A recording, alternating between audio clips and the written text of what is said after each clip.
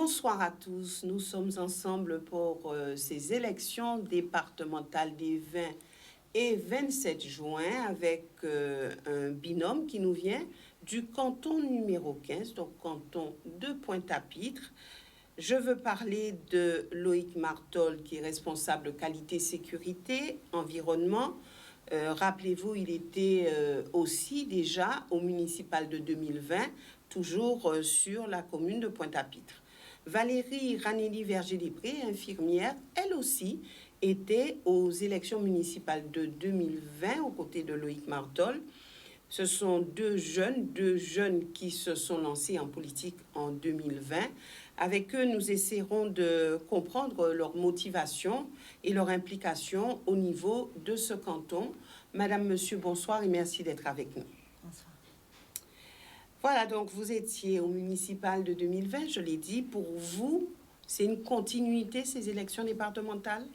Bonsoir Madame Boissier, bonsoir à tous vos téléspectateurs, à vos auditeurs et aussi à nos amis sur Internet. Bonsoir aussi à Madame Valérie Verger-Després. Oui, c'est une continuité ces élections parce que j'ai toujours dit que la politique c'est un combat, c'est une mission, on est dans l'engagement citoyen. Et puis je crois que le canton de Pointe-à-Pitre, il faut être présent par sa dimension sociale, sa dimension humaine. Nous avons rencontré beaucoup de personnes lors des précédentes élections qui nous ont donné confiance, qui nous ont donné espoir. Et donc nous sommes dans le cheminement de ce parcours que nous menons sur Pointe-à-Pitre. Vous dites un combat contre qui, contre quoi et pourquoi ?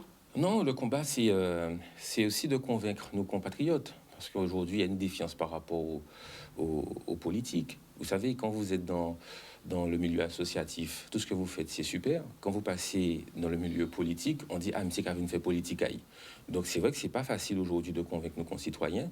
Mais la première chose, et c'est sûr vrai qu'on que a... les associations sont des tremplins pour ceux ça qui peut, se ça lancent peut en l'être. politique. Mais ce que nous avons surtout expliqué à nos compatriotes, et c'est dans la démarche dans laquelle nous sommes, c'est un engagement citoyen, c'est vouloir faire évoluer la ville de Pointe-à-Pitre. Si on peut le faire au niveau du conseil départemental, eh bien nous le ferons.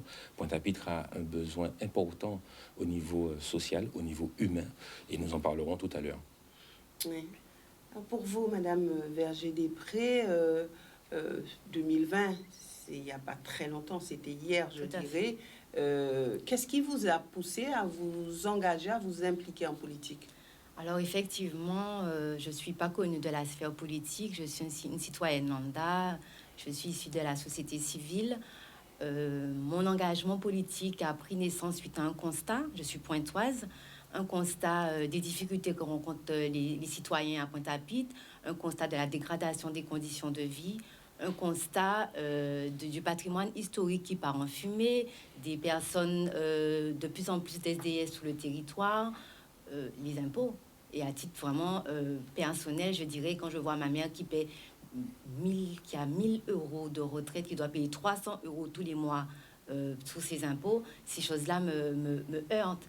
Donc mon combat a pris naissance suite à un constat qu'il faut aujourd'hui endiguer, un constat qui prend naissance dans mon engagement aujourd'hui. Il est humain. Il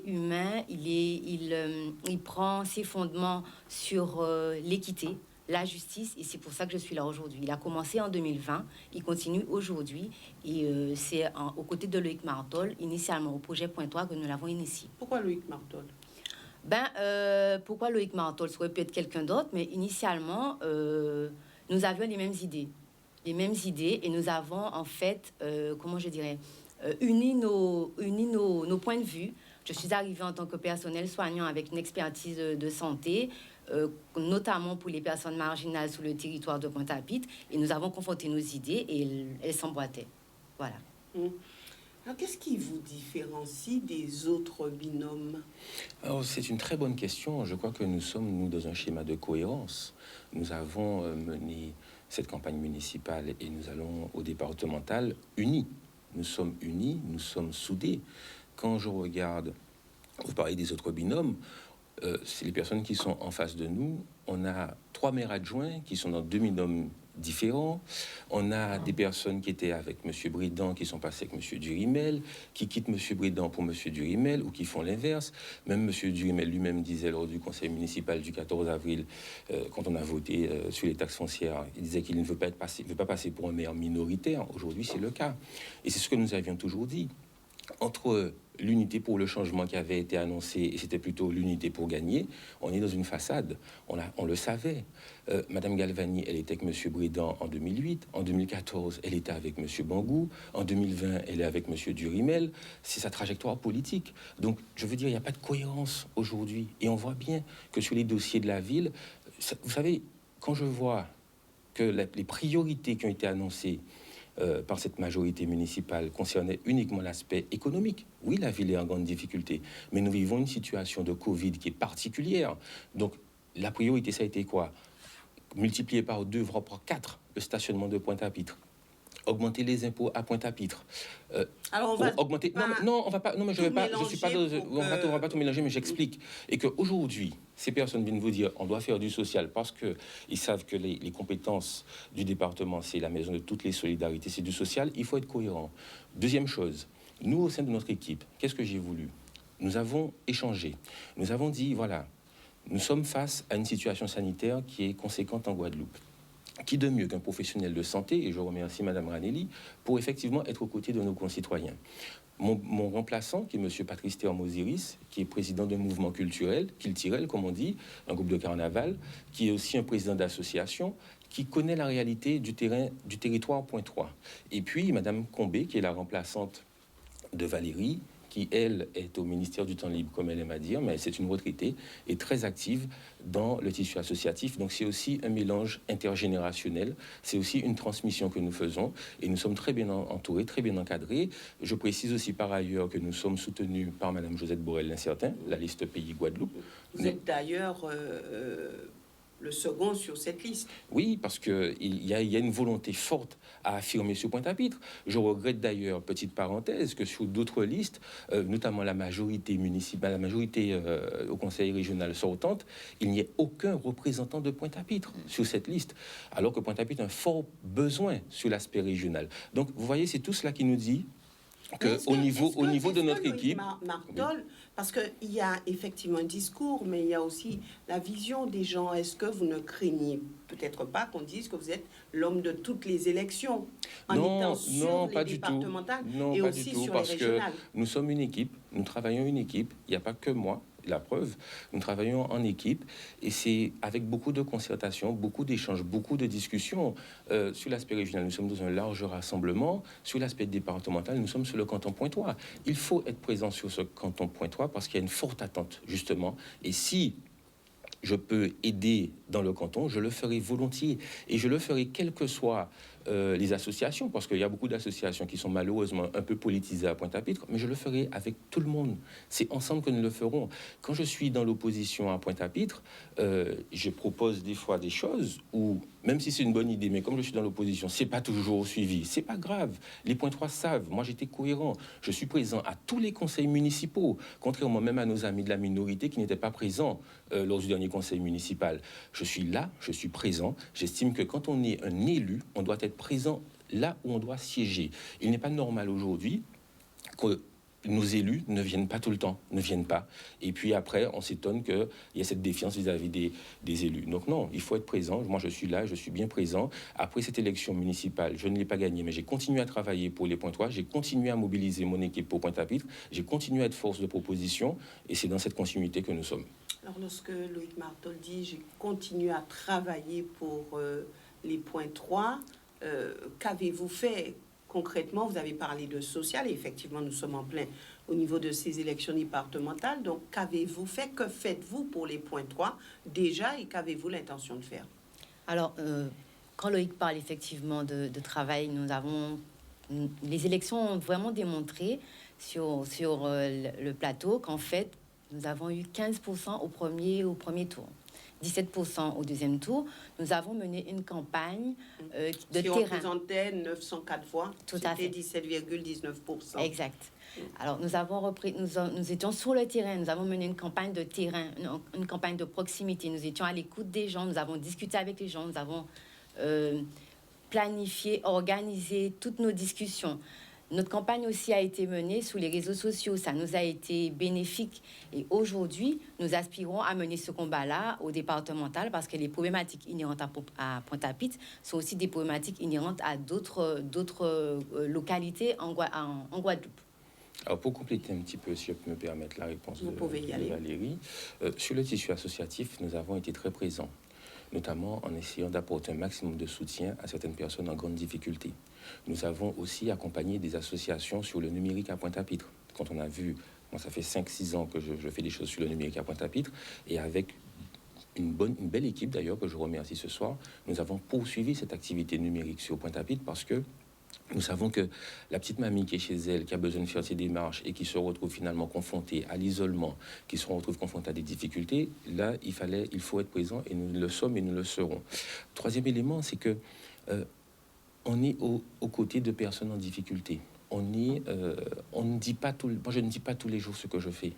Je suis très actif effectivement sur les réseaux sociaux, mais je ne souhaite pas faire l'étalage de la misère grandissante quand j'aide les gens. Je ne le fais pas. Il y a de la discrétion, il y a de la dignité, il y a de l'orgueil parfois, et il faut être discret. Voilà. Alors, je ne suis pas venu, je ne vais pas raconter tout ce que je fais, je dis simplement les choses. Quand on parle de misère grandissante, est-ce que ça voudrait dire que le conseil départemental ne remplit pas ses missions? Est-ce qu'on peut dire que ce sont les élus qui ne sont pas au fait des choses? Qu'est-ce qui se passe? Puisque de toute façon, mis à part les candidats sortants, tous ceux qui viennent sur ce plateau disent qu'il y a une misère grandissante, grande précarité sur leur territoire, que les choses n'avancent pas, etc. Mais qu'est-ce qui coince? Qu'est-ce qui se passe? La première chose, c'est que l'aspect financier aujourd'hui est devenu important.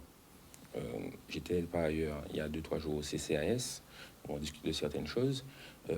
On n'a jamais fait, pour l'instant sur Pointe-à-Pitre, depuis 2017, ce qu'on appelle une ABS, c'est-à-dire une analyse des besoins sociaux. Quand on a, après l'élection, on a demandé à ce qu'il y ait cette analyse des besoins sociaux, elle n'a toujours pas été faite. Pourquoi je dis qu'il faut la faire? Pointe-à-Pitre, aujourd'hui, c'est 52% de familles monoparentales avec parfois 2 enfants à charge. Ça veut dire qu'il faut connaître le tissu dans lequel on est pour avoir la meilleure des réponses adaptées. Parce qu'on est élu, on est censé connaître. Par rapport à cette situation. Deuxième élément, c'est vrai, la crise sanitaire que nous subissons aujourd'hui met en exergue beaucoup plus de difficultés que par le passé.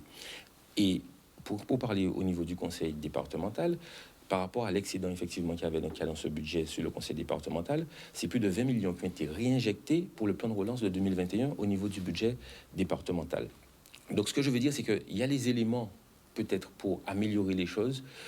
Moi, je ne suis pas là pour faire des promesses que je ne sais pas tenir. Je dis simplement qu'il faut se rapprocher des associations, il faut se rapprocher des présidents de maisons de quartier, il faut être au contact de toutes ces personnes. Il y a des situations qui sont difficiles en Guadeloupe, il y a une paupérisation. Non, ce n'est non, mais ce que je vais vous dire, j'ai pas dit que c'est nouveau, je dis que ça s'est de plus en plus mis en exergue par rapport à la situation sanitaire que nous vivons. Ce qui veut dire que, un élu, demain, il y a beaucoup plus d'attentes au niveau de la population. Ça veut dire qu'on ne peut plus se permettre de ne pas être présent. On ne peut plus se permettre de ne pas tenir ses promesses. Nous avons été dans une démarche concrète, une démarche pragmatique. Nous ne sommes pas dans une démarche de poste. Je l'ai dit ici il n'y a pas longtemps.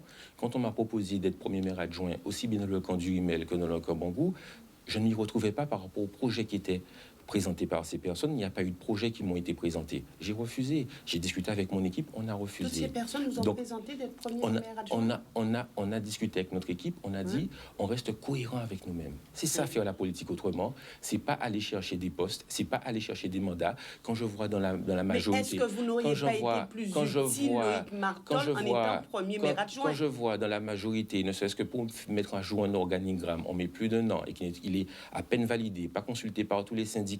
Quand je vois qu'on me dit qu'on fait un organigramme pour améliorer les services et qu'on me dit finalement c'est un organigramme politique, ça veut dire qu'on n'est pas capable aujourd'hui à Pointe-à-Pitre de mettre l'humain au cœur de la politique. Mais justement, Loïc Martol, est-ce que vous n'auriez pas été plus utile en tant que premier adjoint d'Harry Durimel ou si Jacques Bangou avait été élu, de Jacques Bangou. Madame Boissy, on n'est pas revenu faire l'élection. Ce qui est fait, et je l'assume. Non, mais c'est une question parce que vous dites je veux être utile, je veux cohérent, agir. Je suis resté cohérent dans une démarche où en face de moi, j'avais des experts de la politique politicienne et pas des experts de projets concrets pour la ville de Pointe-à-Pitre. Aujourd'hui, ce que je dis, c'est que la situation n'est pas facile. Ça, nous le savons tous. Ce que je dis simplement, c'est que on voit bien qu'on a une majorité en face de nous qui est divisée. Je savais dès le départ que je ne pouvais pas appartenir à cette majorité qui était que de la façade. Quand on voit, regardez, ce sont les faits. Madame Galvani était avec M. Bangou en 2014. Un an après l'élection départementale, elle ne s'entend plus avec M. Bangou. Rien ne lui plaît, rien ne lui va. Non, c'est pas comme ça que je fais de la politique. C'est pas ma façon de faire. Ouais, donc on vous retrouvera jamais aux côtés de ces personnes. Non, il ne faut jamais dire jamais, parce qu'on a une ouverture d'esprit, mais il y aura peut-être un jour des discussions, j'en sais rien. Pour l'instant, nous sommes en 2021. Nous sommes aux côtés de nos concitoyens. Nous sommes candidats à cette élection parce que nous avons la conviction que les Pointois savent aujourd'hui qui est en capacité de faire et qui a la volonté de faire. Voilà. Je vais passer à un petit moment, je dirais très agréable de cette émission. C'est la séquence citation d'auteur et j'irai du côté de Valéry Giscard d'Estaing. Vous avez entendu parler de lui certainement. Qui a été homme politique, président de la République française, alors maire, enfin bref, il a accumulé quand même pas mal de fonctions au niveau du gouvernement. Alors, il dit, on ne guérit pas les plaies en les léchant avec une langue de bois. Qu'est-ce que ça vous inspire? En politique, aujourd'hui, il faut être authentique, parler vrai, parler juste et être concret. C'est cela que ça m'inspire. Il dit on ne guérit pas les plaies en les léchant avec une langue de bois. Non, parce que trop de personnes parlent avec des langues de bois. Il faut aujourd'hui dire les choses. Nous, on a toujours été cash, on a toujours été direct. Alors, on n'est pas là pour faire de la politique politicienne, on est là justement pour faire de la pédagogie et non de la démagogie. Donc, nous sommes clairs avec nous-mêmes, nous sommes cohérents. Et je suis très heureux de revenir à ces élections au niveau du canton de Pointe-à-Pitre, parce que Pointe-à-Pitre, c'est une ville-canton. Et donc, nous serons très direct, et nous qui dit ça, nous n'y a dit, nous qui dit sans complexe et sans langue de bois. Alors justement, j'y reviens rapidement. Est-ce que quand on a envie de faire passer un message ou d'aborder une problématique, on ne dit pas ce que la population a envie d'entendre?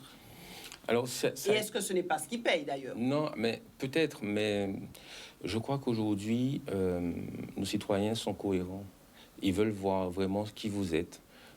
Ils veulent voir qui se présente, quelle est votre authenticité. Moi, je prends un exemple avec notre équipe.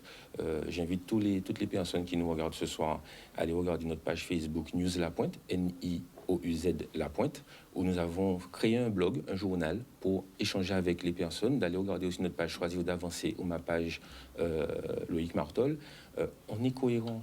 On est dans un schéma où aujourd'hui on se rend compte que la solidarité, et la maison départementale, c'est ça aussi, c'est la maison de toutes les solidarités. C'est ce qui nous constitue, c'est ce qui vient en soutien de notre population. Nous sommes cohérents. Nous sommes cohérents par le parcours que nous avons, par l'équipe que nous avons créée, par quelqu'un qui a un parcours professionnel de santé, des gens du tissu associatif, des gens qui sont très impliqués sur le territoire, et c'est ce que les Pointois doivent relever. Alors, est-ce qu'on peut... Avant de vous poser cette question, il faut laisser aussi Mme Rani lui répondre quand même. Alors, qu'est-ce que ça vous inspire, cette phrase? Alors, faire la politique d'une langue de bois, en fait, c'est être naturel, c'est être humain, c'est être au cœur de ses valeurs, c'est exprimer ce qu'on a de plus profond, c'est faire preuve d'équité, c'est faire preuve de justice, et c'est ça mon leitmotiv. Ouais. Alors, est-ce qu'en politique, on ne fait pas souvent de la langue de bois? Surtout quand les sujets sont difficiles et compliqués. Certains le font, certes. Nous, c'est pas notre dynamique. Notre dynamique, c'est de dire les choses, d'être au cœur de l'humain, c'est de révéler les choses purement fondamentales en lien avec notre société. Et c'est ça mon point de vue. C'est ça votre point de vue. Alors, Loïc Martol et Madame Ranelly Verger-Després, est-ce que votre rêve serait que Madame Borel soit présidente de la région et pourquoi pas vous président du conseil départemental. Est-ce que c'est ça le rêve? Alors, que Madame Borel soit présidente du conseil régional, oui, on est sur une liste et nous avons le devoir de gagner. En tout cas, nous ferons tout pour gagner. Après, je crois qu'il faut noter qu'il y a un vrai travail collaboratif, participatif, en équipe. On a un rassemblement avec des personnes du Paris, un rassemblement progressiste avec des écologistes, avec des personnes de la société civile, on a des agriculteurs, on a des médecins, des avocats. Il y a vraiment une expertise importante sur cette liste, intéressante. Moi, quand les retours qu'on a, c'est que la liste plaît beaucoup. La liste était très attendue d'ailleurs. Il y a même eu des fakes sur les réseaux sociaux. Mais nous sommes une équipe, nous sommes déjà au travail et vous aurez à cœur de le découvrir dans les prochaines semaines. Je pense que c'est ce qui est important. Vous n'avez pas répondu sur le rêve. C'est ce qui est important, mais des rêves, j'en ai déjà pour la Guadeloupe, pour le pays Guadeloupe. Je souhaite que ce pays puisse progresser rapidement. Je souhaite que ce pays puisse évoluer. Quand on s'engage en politique, c'est pas pour sa sphère personnelle, c'est d'abord pour se dire mais quelle action je peux mener pour construire un meilleur lendemain pour nos enfants, pour nos petits-enfants, en pensant à nos seniors, parce qu'on est dans une problématique où le vieillissement de la population est important. Ça veut dire qu'il va falloir avoir une vision pour comprendre qu'on ne pourra pas construire des EHPAD à tout va, parce qu'on ne sait pas notre culture, mais il va falloir apporter des réponses dans le quotidien des personnes, avec des besoins de services. On est en train de voir qu'il y a beaucoup de commerçants qui se sont réinventés par des plateformes numériques. Donc, ça veut dire qu'il y a un vrai besoin, aussi bien dans le numérique, mais dans le quotidien, sur du service. C'est ça qui est important, je pense, en tout cas pour le pays Guadeloupe.